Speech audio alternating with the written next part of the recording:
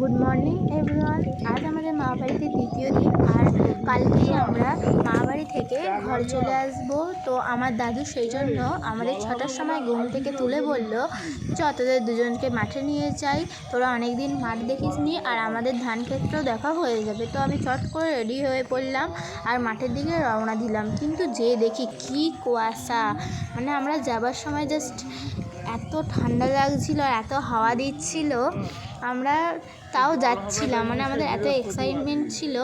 তো চারপাশটা প্রচুর কুয়াশা ছিল আর প্রচুর ধান খেতে ধানও ছিল। আর আমরা যাবার সময় দেখলাম লজ্জাবতী গাছ, কত লজ্জাবতী গাছ, কিন্তু আমাদের মা ঘরেতে একটুও লজ্জাবতী গাছ চারপাশে দেখাই যাবে না। তো সেখানে দেখে আমাদের খুবই আনন্দ হয়েছিল, আমরা প্রচুর এনজয় করেছি মুমেন্টটা।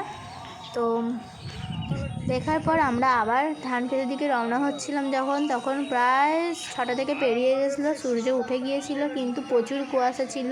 কুয়াশা কমার কোনো নামগন্ধই নেই, আমরা প্রায় হাফ রাস্তা চলেই গিয়েছিলাম। তো পিছন দিকে ব্যাক পয়েন্টের ভিউটা দেখো শুধু, তাও কি কুয়াশা। তো একটু ব্লগ করার চেষ্টাও করছিলাম, যাচ্ছিলাম ধীরে ধীরে দেখছিলাম ধান ক্ষেতটা। সেখানে রাস্তাটা প্রচুর পরিমাণ খারাপ, দেখে দেখে যেতে হচ্ছিল আর কি। তো যাচ্ছি, এমনভাবে যাচ্ছি মানে আমার জুতোটা প্রায় ভিজে গিয়েছিল যাওয়ার সময়, আর আমি আসবো কী করে সেটা আমি ভেবে আমার অবস্থা খারাপ হয়ে গিয়েছিল। তো যেতে যেতে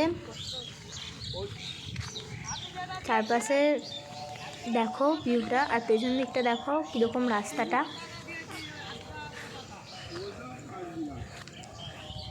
প্রচুরই খারাপ। ধান হয়েছিল সুন্দর। দেখো সূর্য প্রায় উঠে গেছে আর তখনও চারপাশে প্রচুর কুয়াশা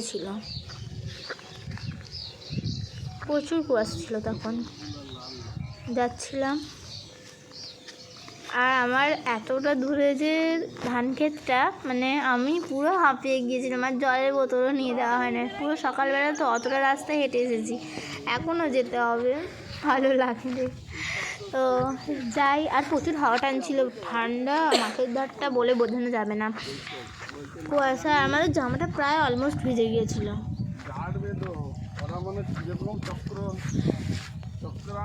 দেখো এতখানি রাস্তা মেউ করে এসেছি। আমার দিদি তো সামনে হেঁটেই যাচ্ছে, তাড়াতাড়ি হেঁটে যাচ্ছে, আর আমি আছি না গেছি সেটা দেখেও নি। আর আমি আস্তে আস্তে যাচ্ছি, আমি আস্তে আস্তে যেতে থাকি। ততক্ষণে বাই বাই।